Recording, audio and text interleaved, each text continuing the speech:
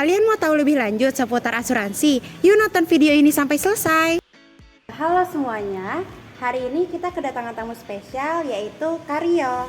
Jadi beliau ini udah ahli dan sangat berpengalaman di bidang asuransi. Halo Kak. Halo Ya, Kak. halo juga. Ya, suatu kehormatan nih buat aku nih diundang ke sini sebagai istilahnya narasumber atau pembicara lah. Ya FYI aku baru pertama kali loh diundang kayak wawancara gini. Jadi agak deg-degan juga nih sebenarnya. Ya, tapi santai aja, Kak. ya seneng lah bisa diundang lah, bisa berbagi ilmu, saling berbagi ilmu gitu ya kalian. Iya, aku juga excited banget soalnya di sini kita bakal bahas tentang asuransi dan itu tuh pasti penting banget buat kita, apalagi kan kita kan masih muda kan, kita harus tahu tentang asuransi gitu. Oke, mungkin aku langsung tanya aja kali ya Kak. Sebenarnya banyak orang tuh mikir kalau misalnya asuransi itu kan cuma buat kita pas meninggal aja. Nah, tapi sebenarnya tuh asuransi itu apa sih Kak dan kenapa penting banget buat kita? Iya, asuransi ini emang penting banget dan memang karena produk barangnya ini kan nggak kelihatan ya asuransi. Jadi banyak orang yang nggak sadar gitu betapa pentingnya asuransi ini. Ya, asuransi ini kan suatu perlindungan finansial atau proteksi finansial terhadap suatu resiko yang kemungkinan bakal terjadi di masa depan. Entah itu resiko sakit kritis atau resiko kecelakaan, resiko cacat karena kecelakaan atau sakit kritis. Pokoknya semua risiko tadi itu bakal di cover sama asuransi. Jadi gini, aku bakal kasih satu kasus kayak ilustrasi lah. Misalnya Bapak A, ini dia seorang ayah, dia seorang pencari nafkah dan dia satu-satunya pencari nafkah di keluarganya. Suatu ketika Bapak A ini terkena penyakit kritis, misalnya apa? Jantung. Misalnya dia terkena serangan jantung. Ketika dia kena serangan jantung, otomatis dia kan harus dirawat di rumah sakit. Dan biaya rumah sakit, biaya rawat jalan, biaya kamar segala macam itu kan mahal, sangat mahal, biayanya sangat besar. Kalau Bapak ini nggak punya asuransi, gimana caranya dia buat bayar biaya rumah sakit itu? Entah itu dia harus jual aset, atau kalau misalnya dia nggak punya aset, amit-amit dia harus pinjem duit atau pinjol ataupun minta sumbangan. Kalau dia punya asuransi, semua biaya itu akan di cover sama asuransi, sehingga akhirnya dia nggak perlu jual aset, dia nggak perlu pinjem dan akhirnya impian keluarga bahagia tuh bakal tercapai gitu. Jadi itu sih dari aku, penting banget asuransi itu. Jadi intinya buat ngelindungin kita di masa depan ya. Kalau misalnya amit-amit kita nggak ada uang, jadi asuransi itu nge-cover kita gitu ya Kak. Betul. Oke. Nah Kak, jadi tuh kan orang-orang tuh taunya kayak cuma asuransi jiwa. Terus setahu aku tuh asuransi kan banyak jenis-jenisnya ya. Nah itu Kakak boleh jelasin nggak apa aja sih jenis-jenisnya tuh? Nah, ya kalau aku sendiri, bidang aku tuh pertama asuransi jiwa jelas. Jadi asuransi jiwa ini ya menyediakan proteksi finansial untuk kalau nasabahnya ini meninggal dunia, ya otomatis klaimnya itu langsung cair gitu buat keluarga yang ditinggalkan atau buat warisan. Kedua, aku juga bidangnya di asuransi kesehatan. Ya contohnya kayak tadi kasusnya Bapak A, ya dia punya asuransi, dia kena sakit kritis, otomatis klaim tuh asuransinya buat biaya kesehatannya, buat biaya rawatnya gitu di rumah sakit. Kemudian yang ketiga tuh aku di asuransi unit link. Nah unit link ini tuh apa? Unit link itu sebenarnya bisa asuransi kesehatan juga, bisa asuransi jiwa juga. Tapi bedanya kalau asuransi unit link ini itu ada tambahan investasinya. Investasi. Iya, kan digabung gitu ya. Iya, jadi manfaatnya tuh double, bukan cuma proteksi finansial, tapi ada investasinya juga. Sama mungkin ada asuransi perjalanan, asuransi asuransi yang umum lainnya lah. Iya, benar. Asuransi pendidikan juga ada, tapi ya itu di luar bidang aku gitu. Iya, benar. Dan masih banyak lagi sebenarnya asuransi itu. Banyak banget ya Kak. Banyak ya ternyata ya Kak. Banyak banget ya. Nah, kalau misalnya tentang jangka waktu asuransi itu gimana sih Kak jangka waktunya? Berapa lama gitu kira-kira? Nah, kalau di tempat aku itu asuransinya tuh ada yang berjangka, ada yang seumur hidup, atau biasanya sebutnya term life lah, Iya, atau term life. yang seumur itu apa tuh aku lupa. Nah itu berjangka tuh misalnya mau ambil yang 5 tahun aja, atau mau ambil yang 10 tahun aja, atau yang 15 tahun aja gitu. Biasanya kalau yang misalnya ambil 10 tahun, nanti setelah 10 tahun itu semua premi yang dibayarkan itu akan dikembalikan, sama kalau di tempat aku ya itu ada santunannya juga, plus santunannya ya. Wow. Kalau seumur hidup itu biasanya dia 100 tahun. Wow, lama juga Iya, ya. buat sampai 100 tahun kan, tapi kan rata-rata umur orang di Indonesia kan Jarang, nggak nyampe ya, iya, sampai jarang 100 malah tahun, ya. jarang banget gitu. Jadi ketika misalnya udah 100 tahun nih misalnya, itu nanti dia meninggal nih, itu akan dicairkan gitu. Ya, Buat ahli warisnya bukan Kak? buat ahli waris, Oh. ya. Biar apa namanya, ketika sang pencari nafkah ini hilang gitu, sumber penghasilan buat keluarga nggak ada, asuransi ini yang bakal menyediakan. Oh, oke. Berarti bisa disesuaikan sama kondisi kita juga ya Kak? Bisa, iya. Banyak juga yang bingung bedain antara asuransi tradisional sama unit link. Itu tuh bisa dikasih analogi yang gampang nggak, yang dimengerti? Oh ya. Jadi kita mulai dari pengertian aja dulu kali ya. Kan kalau asuransi tradisional itu dia hanya memberikan apa namanya, proteksi finansial doang.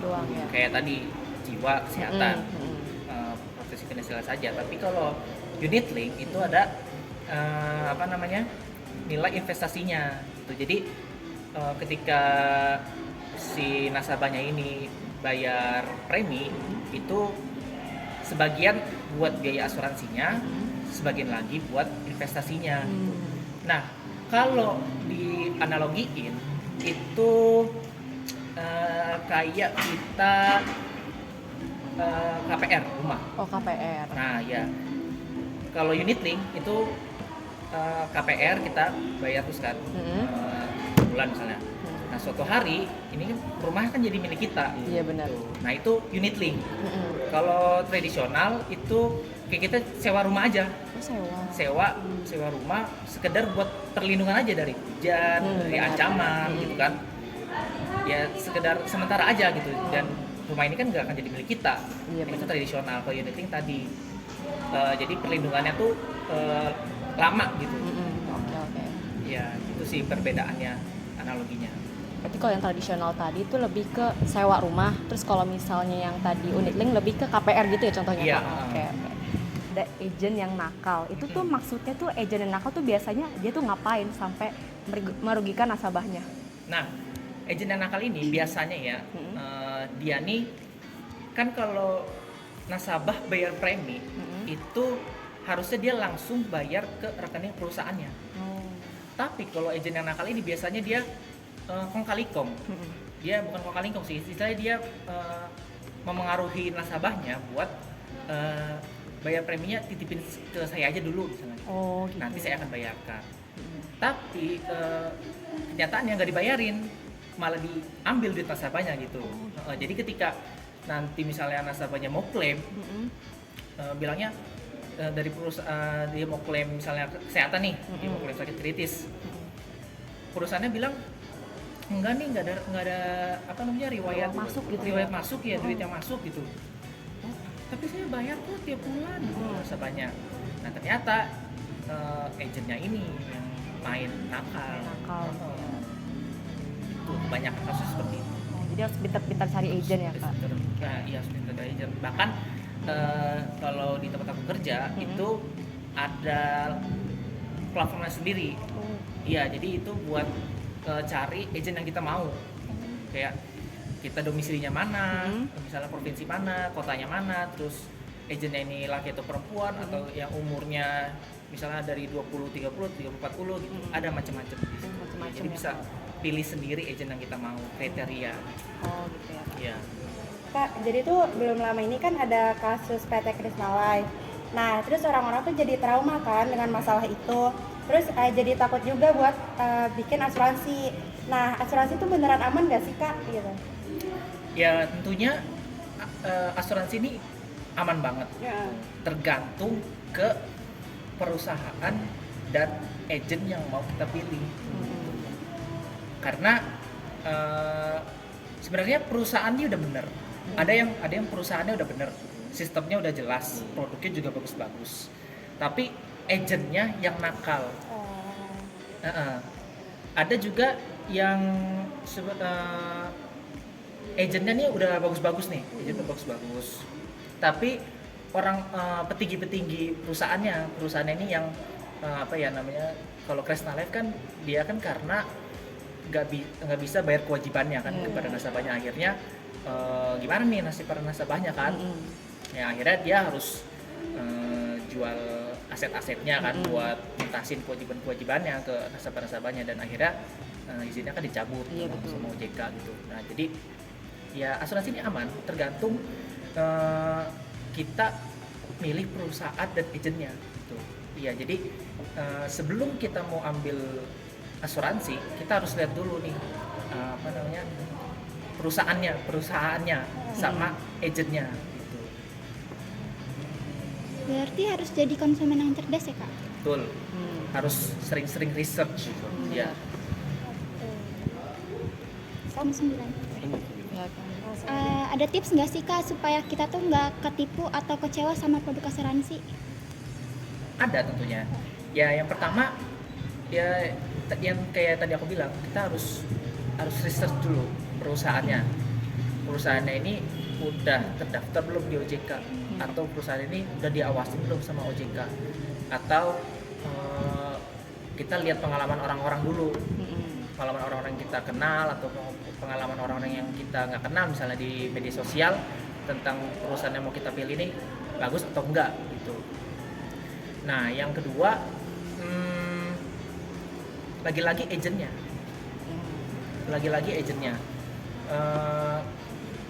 agentnya nih apa namanya, harus kita tanyakan juga, harus kita research juga, kita cari tahu informasi tentang dia, tentang agentnya. Kayak kalau misalnya di tempat aku kan yang aku bilang tadi ada apa namanya, ada platformnya sendiri buat nyari kriteria agent yang dipinginin sama calon nasabahnya gitu.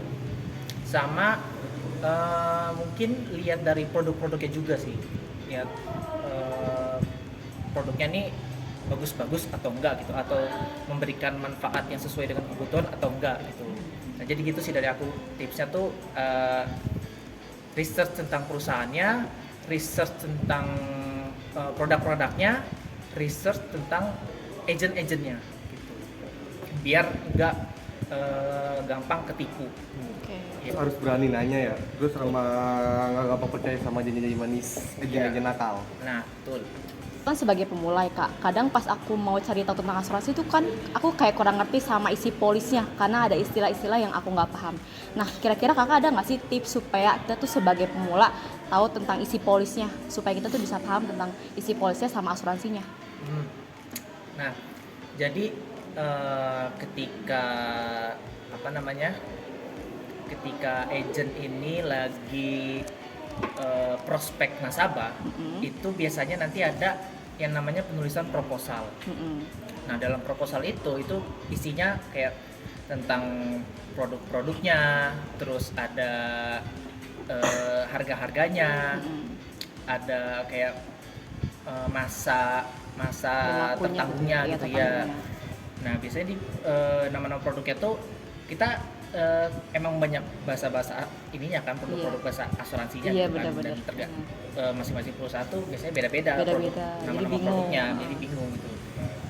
Nah kita tanyain aja sama agentnya gitu, jangan takut-takut, malu-malu lah gitu, nanya ke agent gitu, ini yang produk ini namanya apa, ini kalau istilah gampangnya apa ya gitu. Oh kalau ini namanya santunan kondisi kritis gitu. Oh ini buat cacat tetap dan total gitu. Oh ini fasilitas rawat inap. Oh ini gini-gini. Oh ini gini-gini gitu. Jadi banyak-banyak nanya aja sama agentnya. Iya, jangan apa ya, jangan takut, jangan malu-malu gitu, karena kan ini buat kita juga, Benar. buat perlindungan kita, buat proteksi kita gitu. Jadi ya gitulah, jangan malu-malu, jangan takut-takut buat nanya ke agent yang prospek kita. Oke. Ya intinya jangan gengsi belajar dan nanya ya kak ya. Iya. Terus ini toh buat kita juga buat kedepannya. Iya. Kak, ini mana bisa nggak sih beli asuransi ini buat orang lain gitu, terus kayak buat orang tua, buat pasangan yang kalau udah punya istri gitu kak, bisa nggak? Tentu bisa banget, bisa banget. Bahkan kalau di aku tuh sering banget ada yang ayah dia beliin buat satu keluarganya, Langsung buat gitu ya. ya buat istri, buat anaknya gitu, atau suami buat istri buat suami, atau kita misalnya anak mau beliin buat orang tua, itu bisa banget. Iya, jadi nggak ada batasan lah gitu. Tapi itu mungkin tergantung ke kebijakan masing-masing perusahaan lagi ya. Kalau di perusahaan aku tuh bisa kayak gitu, tapi aku nggak tahu kalau di perusahaan lain kayak gimana.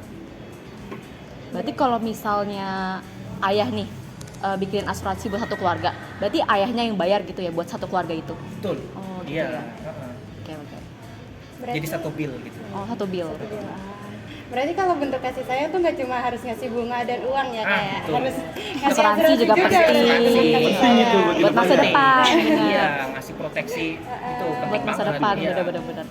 Makanya kalau di perusahaan aku tuh, ketika kita agent dikasih nasihat nih sama petinggi kita itu, cari calon nasabah yang dia tuh sayang keluarga. Itu penting banget, sayang keluarga itu.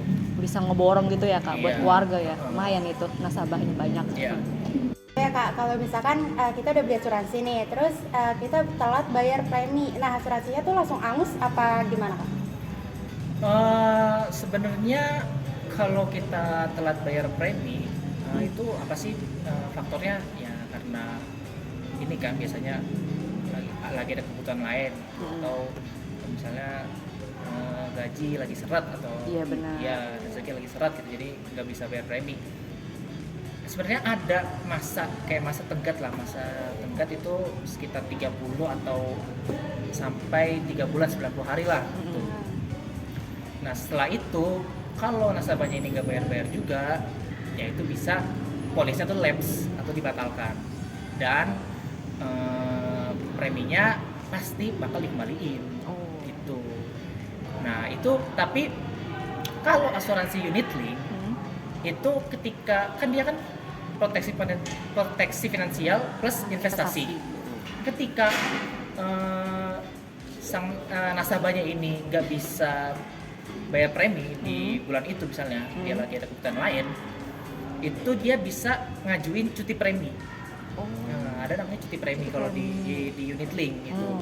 Nah nanti sebagai ganti dari biaya asuransinya yang disetorkan ke perusahaan, itu bakal diambil dari nilai investasinya. Gitu ya. Jadi salah satu keuntungan unit link tuh kayak gitu. Ketika kita lagi nggak bisa bayar premi, itu nanti dari investasinya yang bakal gantiin bayarin si preminya ini. Makanya banyak juga sih yang nasabah yang ngambilnya tuh unit link daripada yang tradisional. Kalau tradisional kan nggak ada kayak gitu. Enak banget ya kak. Iya. Tapi jangan dibiasain ya kak, soalnya bisa merugikan diri kita Iya, sendiri. betul. Karena otomatis proteksinya pasti langsung hilang kalau ya. Sekarang kita balik lagi ke mindset deh. Apalagi kan anak-anak muda kan zaman sekarang lebih pilih main ke saham daripada asuransi gitu kan, investasi lah ibaratnya.